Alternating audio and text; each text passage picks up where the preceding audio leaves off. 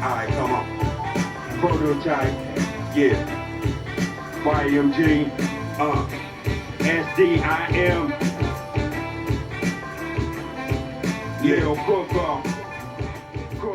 first up, let it be. Yo, what's up, brother? This is the Nah Big Wheel Show. Let's go. Episode number 10. If we keeping track at this time, would like to introduce you guys to another show here. Again, my name is Naeem, Willie. and we are the host of this show here. Just still getting off the ground. We're definitely putting more videos out, tester videos as to where we're letting people see rough draft. These are all rough drafts, but we definitely want to get as much out as we can. So once we start editing and getting it more technically sound, you'll see more episodes. So some of these episodes are not going in order, as you can see. But we just want to get them out there, see how they run, see how people take to them, and possibly definitely want to get a lot of ideas and options of how to make it better, what you want to input in the show. This is an interactive show where we want everybody to be involved. Now, with that being said, let's get to the nitty gritty of what we're talking about today. Of course, we always want to keep it hot topics, some that pretty much everybody can relate to. Now, this is a topic that I just pretty much made up today.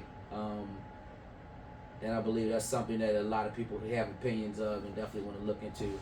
And the topic is the economical gap separation in American society. How do you feel about that? What causes that? What is the actual structure of how this all came to be? And then the thought patterns of the rich, the middle class, and the poor, because I think a lot of it does have to do with our behavioral thought patterns. How you feel about that, Jay? Oh, that's a broad topic, man.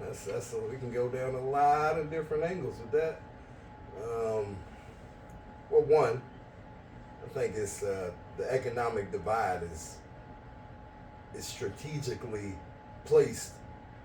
You know, I can't just say in America, but just in the world in general. I think finance itself created this. I think finance has been the reason for a lot of our downfalls, man, just in general, because I look at ancient history before the dollar, and when it was more on trade and barter and that kind of thing. And, you know, I wasn't around back then, but I can only imagine that, you know, it was a lot less stress as far as, you know, you didn't have to wake up and go hop in the line of cars to go to the rat race to get your little piece of cheese. It was more so, you know, let me wake up, go find food for my family, go, you know, make sure that the homeless. So you going all the way back to the. You got to start from the beginning of it. Hunter-gatherer times where we just were basically trying to survive. Yeah. And how it became this, what it is today. Yeah, because, you know, when you talk about the economic divide, like I said, I think it's done purposely. And, you know, people use the term crab in a bucket. You know, it's real. And I think it's set up that way on purpose because you got to think, you know, if it was just every man for himself, we saw how that kind of worked out. You know, it gets wild. Right. But, you know, you got to keep people, well, I think their thought process is you kind of got to keep the people on the bottom, then you might let a little be on that little mid-level. Mid-level, yeah. And then you got, you know, those that are at the top. So with that number one, what you just said right there, and everybody's heard this phrase, the 1%. This mythical super super thing that controls all things. Now they're saying that is the top what? It's not 1% of the wealth, right? It's not mythical. I mean it's factual. Now we got public information that you can kind of put it together that it's maybe about 100, 200 families that really kind of control everything as far as finance goes. You know, look at. So how many families? How many families you think it is? I say maybe 100 or 200 families that really run it all. I read a couple of things on that, a couple of books on that. Rothschild's Secret Society. A lot of these supposed to be dynasty type families that been around from pretty much the beginning of the World Bank, and that's, I mean, it's more factual than it is fiction. So I do agree with you on that, because something is happening where they can control. How do you have 90% of all the wealth in the world and you're 1% of the population? Yeah. So something ain't right. I hate to sound a little sadistic with it, but I can kind of see why it's like that. Because people are greedy, man. You know, not all, but you got a good portion of people that are greedy. And so I can only imagine that there are some people, especially at those higher levels, that's like, you know, I want that piece of land over there. I want that 1,000 acres over there. Then I want another 1,000 over there. And, you know, I don't want nobody else to have this but me, you know, kind of thing. So it had to be some sort of planned device of where something like that can really go down. And that's where finance comes in. And when you have these families that have had a 200, 300 year fucking head start on the rest of us, at least here in America, you know, it's like, at this point, you're not fixing it. You're not fixing it. There is no solution to it. I hate to, you know, sound negative about it, but all you can really do is try to get your piece of the pie. And so what is your piece of pie? What do you think that is? It's Because whatever everybody's pieces of pies are different. Different, right. So it's whatever makes you happy, whatever kind of, you know, dollar amount. I heard something this dude said the other day, and he was like, you know, it's like, I'm not rich. He was like, you know, I run my own business. And he was like, you know, I don't have a lot of money, you know, but he was like, I have enough to where, you know, I don't have to work every day. I have enough to where, you know, maybe a couple months out the year, I can literally take off and just travel with my family, do whatever it is that I want to do. And I think that for a lot of us, that, at least for me, that's rich. I don't need, when I was younger, more naive, I used to say, yeah, I need the Bugatti. I need a fucking mansion here. I need this. You know, I want a jet. I want a fucking helicopter. But, you know, now that I'm older, you know, I don't need none of that, man. I just kind of need a little bit of land, you know, nice home on my land, and not have to work every day. But still have, be but still, financially yeah, sound. but still have the money that I want to have to you know, travel, what have you. Yeah. So you want to be more residual income. Yeah, I don't need the 200-300 million. You know. I mean, I agree with that. I think I'm similar. Residual income is very important to me, especially at my age, getting older. You know, you don't want to be out there every day for the next 20 years when I'm gonna be 70 and still busting a 9 to 5. No, that's not working. Yeah. But as time runs out, that comes more important. And I'm getting a little bit personal with it, because that is something that I think a lot of Americans, they want that. They want to have the ability to retire. They want to have the ability to enjoy all them years of tax-paying money that they had to work. Yeah. You know, and I think that's something that the powers that be, if we want to go down to it, makes it even harder and harder as we grow in this. As we grow, I mean, it's almost like whatever we do. That's why when you said that the 1% is, when I said 1%, that's definitely factual thing. Like you could tell somebody's controlling the scenario, the stick of what's happening. Right. And I think we get upset because the people that are at the top, a lot more than less, they don't have your best interests at hand. You know, of course not. If anything, they have this interest of it's kind of negative, kind of dark, and you know. So why you say that? Just like for example, you take it to something like the FDA. You know, like a lot of things that are approved through them, which they're supposed to be the folks that keep our consumables, you know, somewhat healthy and good for us. You know, it's been proven time and time again that they're willing to fucking approve poison in this way, approve poison in that way. So what were you telling me about the Lucky Charms? Yeah, that's crazy to me. Oh yeah, the same. It's an ingredient in Lucky Charms that's also found on your Home Depot cleaning aisle. You know, check it out. I'm not the first one to say it. Look, I've seen like you know, Pepsi, and I love Pepsi, and I drank a lot of it in my years. I don't drink it anymore that much, but if I can get a Pepsi and get away with it, I'm fine. But I remember seeing those things on YouTube where they like rust. They actually clean rust. They clean They are a cleaning item, and it's an actual beverage that we put in our stomach. Right. So that's why I say I think the top is a little more negative and dark than wanting to shed light. For whatever reason that may be, I think the thing is like kind of bigger than we can wrap our head around, because you got to realize so much information that we don't know. Right. You know, I don't know what the real plan is behind all of this, but I can say, yeah, for the most part, I think the top 1% or whatever you want to call it doesn't have our best interests at hand. So you think they have the ability to put their hands in pretty much everything that's of going on? course, yeah. Okay, so because a lot of conspiracy theorists, people think that, you know, they're trying to control the population. There's something about COVID being some type of test for seeing how many people can actually die from this. Another point. So another how point, do you feel conspiracy-wise? Another point. that? You just pointed out COVID. You know, like, come on, these big pharmaceutical companies. Normally, it takes years for them to get these medicines approved. You know, before they can actually bring them to market. But we just watched before our own eyes. You know, them say, "Hey, man, this vaccine is ready to go." You know. And then people still died after they took the vaccine, plus the backups and plus the boosters or whatever. Yeah. People were still dying. But all that to bring it back to, you know, the wealth gap. But the wealthy were dying. Think about it. Some of the wealthy were dying from COVID. I mean, it was a virus. Viruses can touch anybody, especially airborne viruses. But that's a whole nother story. But they was touching quite a few people, and it was just something that just came out of nowhere. Like, where did it truly come from? They say the Hunan province. They say it really came from Philly.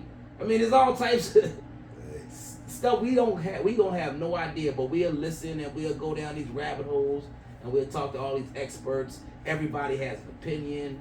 I'm gonna bring it back to what I always bring it back to, man.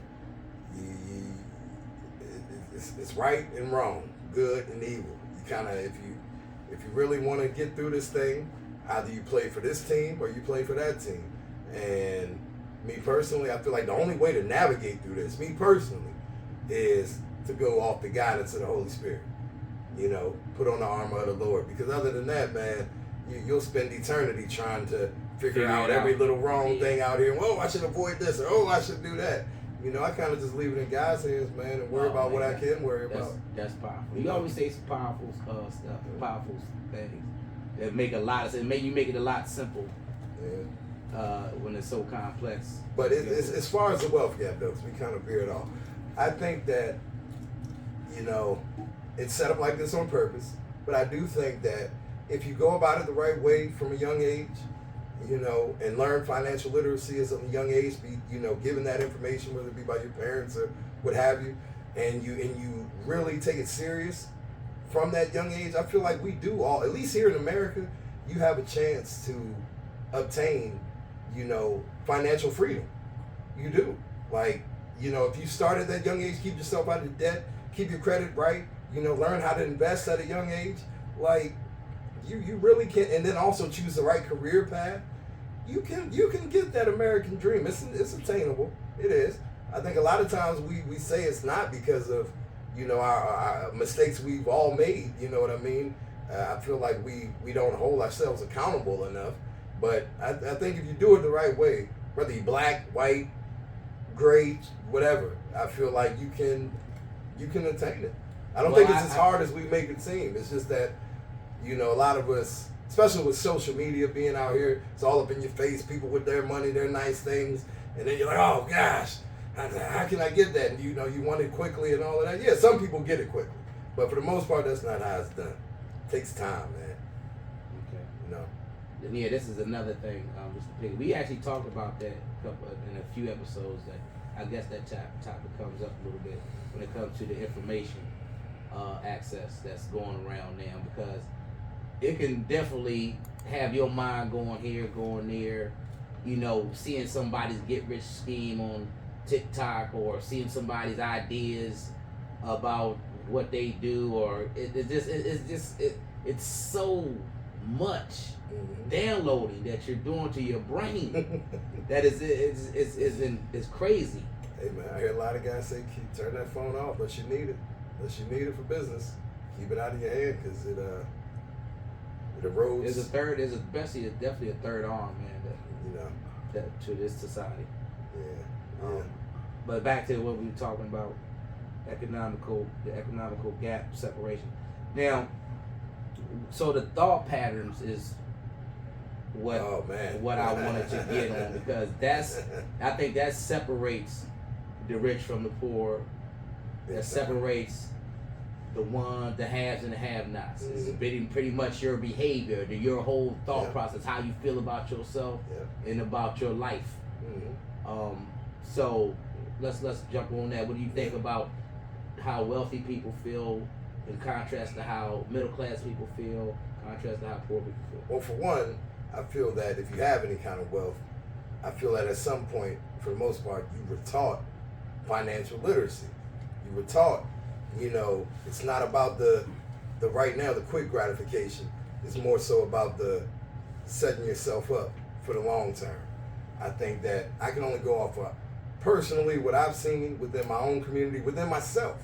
I don't want to paint with such a broad brush, and say my own community, because there's a lot of us out here that are successful and that have figured it out.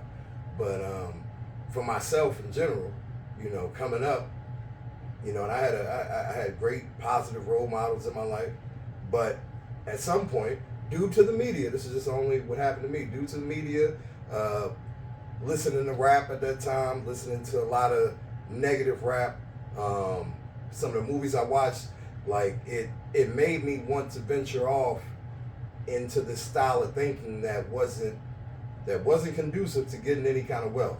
It was okay. But they talked about it. They talk about it, but they're talking about it in the complete wrong way. Like, why are you worried about getting a fucking chain, bro? Why are you worried about getting some 24-inch rims on your car?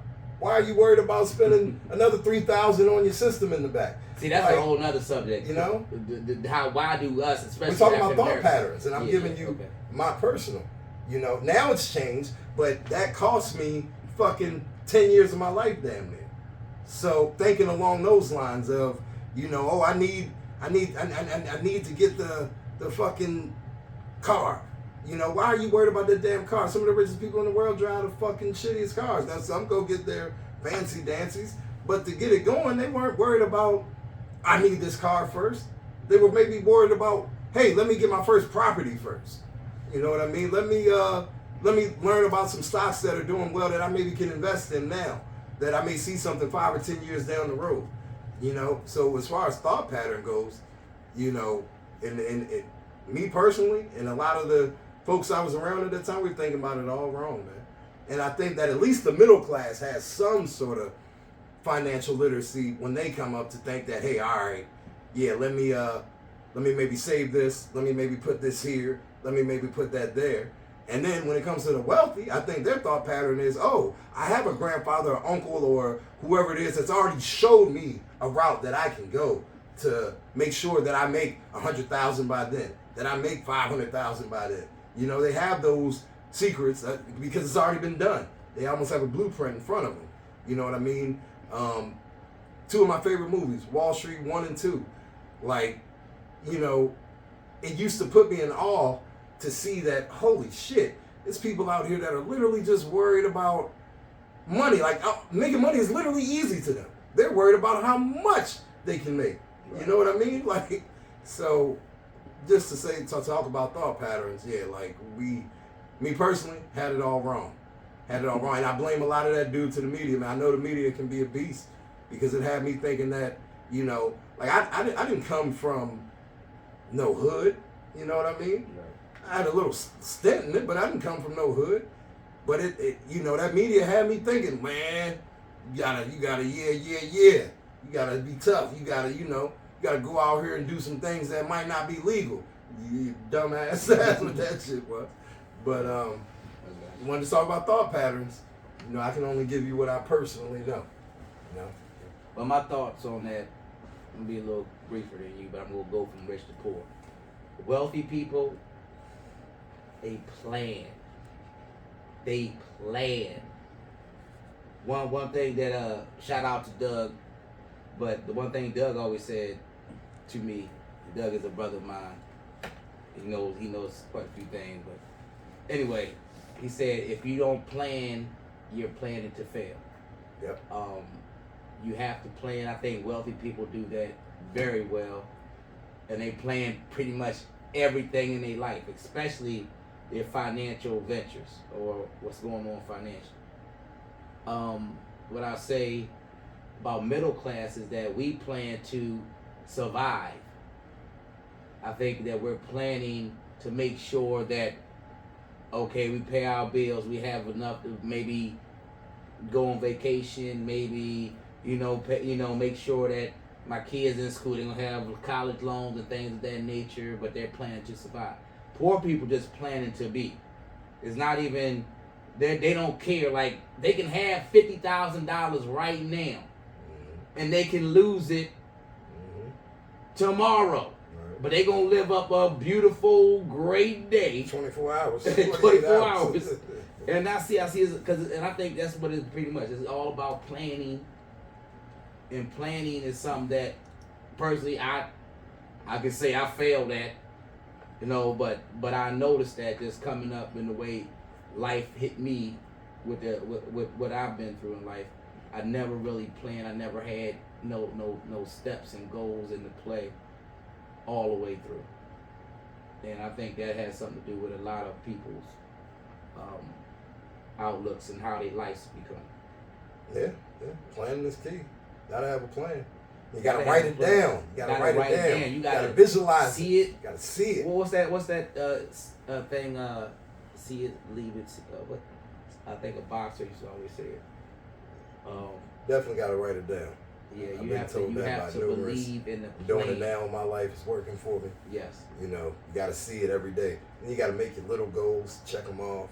Yep. You gotta see the progress. What am I doing in next week? What am I doing in next month? Am I going to the gym? Am I structuring my time correctly? Am I, doing more positive stuff? And certain people need to do it day by day, hour by hour. Yeah. And that's something that I think could be very beneficial in how you achieve your wealth. Right. Just sucks out here, man. We talk about inflation and all of that. Things aren't going to get cheaper, so the things you might have been able to do in 1995 to sustain that house with 5 kids and wife and all of that, it's not like that anymore. So let's keep it real about that as well. You can still have that job that brings you in that 6 figures, that 100,000, 125,000, but that 125,000 now is a lot different than it was in 1995. Exactly. And that's another thing.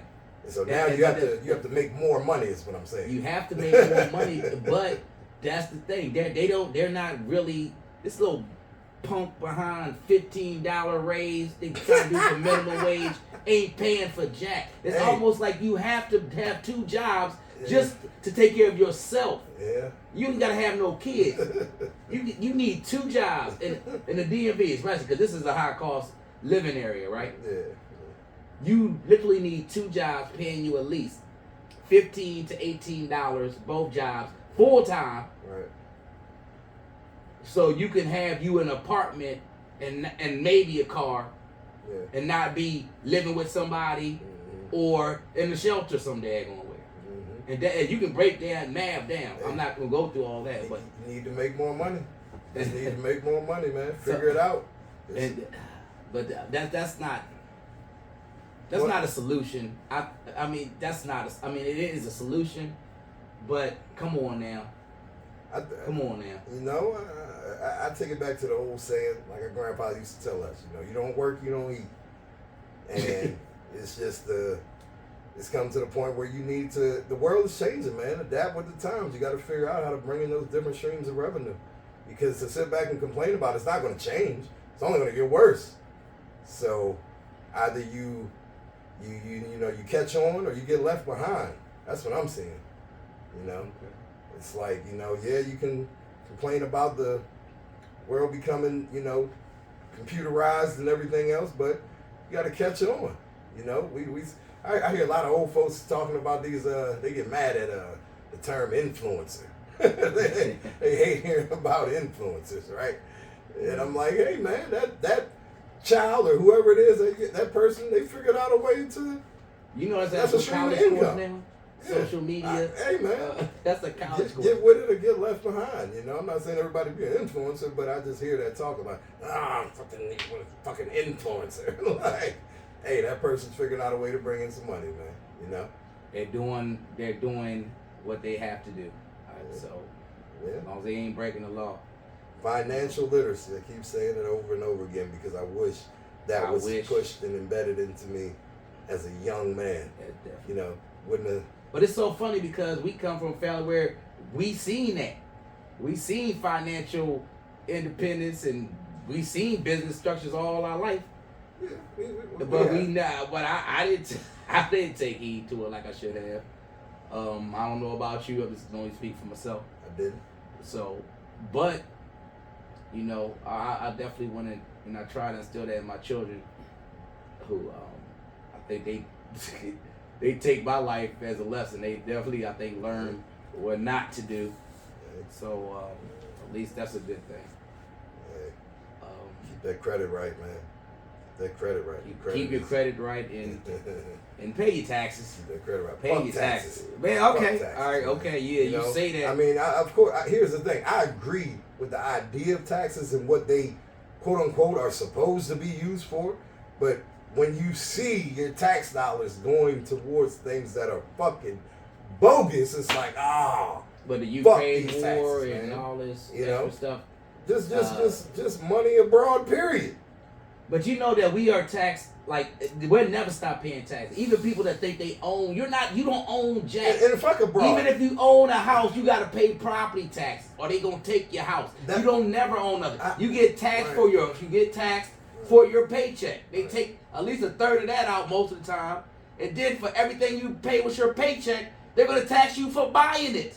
Right. Do you understand that you have your money is taxed? I don't care what people think, but that is definitely the truth. I agree with taxes if they're going to be used in the right way. And then they're not used in the right way. They're not even used to provide. They're used to keep this country strong and solidified and always, like everybody talk about, we in such this big inflation and all this. Man, please.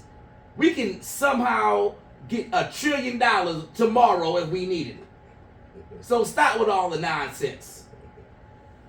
Hey, like You I know, said, people need to stop with that garbage, that inflation and we're going through this. I understand recessions have to happen, peaks and boundaries because that's how the stock market works. So I understand that part, but come on now, it's too much damn money in this world for anybody to be starving. There's too much money in the world for anybody really to be homeless. That's a tight road to walk, man. Cause I've been kind of diving into that situation, man. And just to kind of sum it up in with a broad brush here, some people don't want to help themselves, and that's where you fall into the line of, damn, even if your tax money was being used to help that person that doesn't even want to help themselves, it's like. I understand. And to piggyback off that a little bit, people that want to help themselves, I don't think they still should be hurt, like just sitting in the middle of the street butt naked and starving. They just maybe not, and what's the solution to that? Have certain centers in every state that the homeless can just go to and live for free, and it's the bare minimum, but they could at least have somewhere to go live for free, living just like we build prisons, we could make cells that are, 3 times the size of your average prison cell and give it to, homeless people in these encampments, But we doing it to the refugees. We doing it to all these immigrants. We can't do that. We can't even do that. I remember, how much land that we really have in the United States that's just covered by everybody's private properties? Yeah. Private properties. Yeah. Don't you stand on my land, boy? Yeah, all that stupidness, man. You can make money. Just do. If you wasn't such a greedy, greed monger, land provider. Yeah. Well, anyway, we gotta wrap this up. We're going to get a little out of time here, but this is a great. We can talk about. It's another subject I think we could probably talk about forever. A lot of rabbit holes, a lot of different opinions. I would love to hear you guys' opinions as we move forward. Again, this is the Big Will Show. Yeah. Keep up the support. Let's go. YUG, Peace. SDIM.